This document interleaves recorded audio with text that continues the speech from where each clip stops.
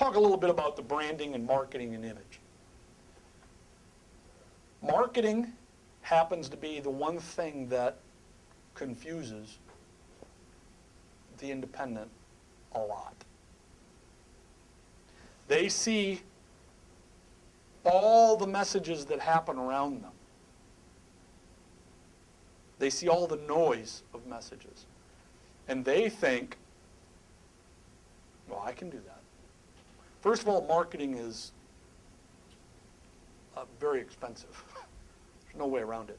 Some of these national restaurant chains are spending millions of dollars a day on advertising.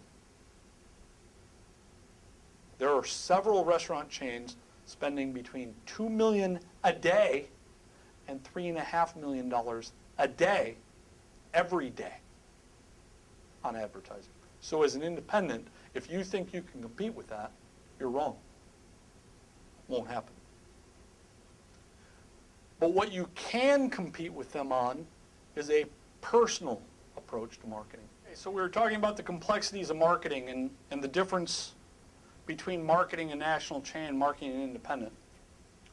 Needless to say, the dollars available for marketing and independent are nowhere close to what's available for a national chain.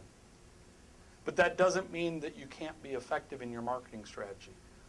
During your phase of pursuit, it's critical to get the flavor of your marketing message figured out at that time.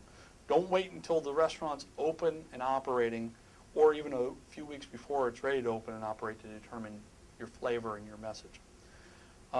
Again, each concept has its own style of marketing. Part of that becomes the fact that each style of restaurant has its own price points that go with marketing. Pictures of food sells. There's no way around it. By showing pictures of food, it helps the customer think about the food, and therefore they buy it. But they have to be high quality pictures. There's actually people called food stylists that actually get paid very good money to make sure that pictures of food look right with your marketing. Steam coming off of it, moisture, freshness, full. You got to think about what your food's going to look like when you present it to the customer. One of the biggest complaints we get when we do surveys of customers is that the food picture they saw and the food they actually got don't match. I believe that is a big part of the fact that you don't have operators, in some instances, running companies. And therefore, they don't think about the impact that that picture from that food stylist has on the consumer, and then the consumer is upset because they don't get it in the field at the unit level. Well, so as you're creating your marketing and branding strategy, you got to think about the image of your business. Now, there are three ways. I don't care how you slice it. There are three ways to target your marketing: humor, sex appeal, value. If you're not one of the three, you're not going to be effective. Humor, sex appeal,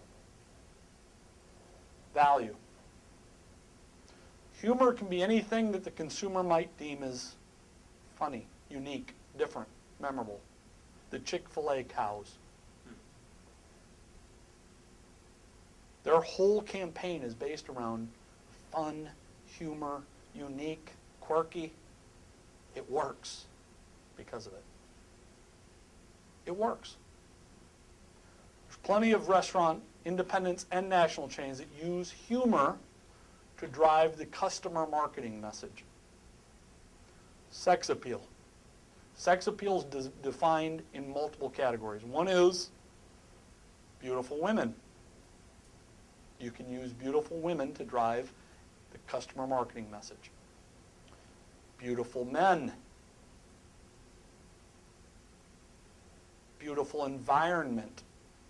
Picture of the building, picture of the ocean, picture of the mountainside, right? Those are all sex appeal. For that matter, using power-driven sex appeal, which might be fast cars, cool technology. That's all sex appeal. And then the third is value, which is I'm getting a good deal for my dollar. That's where independents tend to make the mistake. They think by offering a coupon, that is value.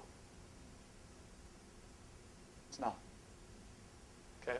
Value is in the mind of the consumer. Value is not necessarily what I pay for something. The independent too often thinks value is cheap. The customer does not see cheap as a value. What they see is, I got more than what I paid for. That's how they define value.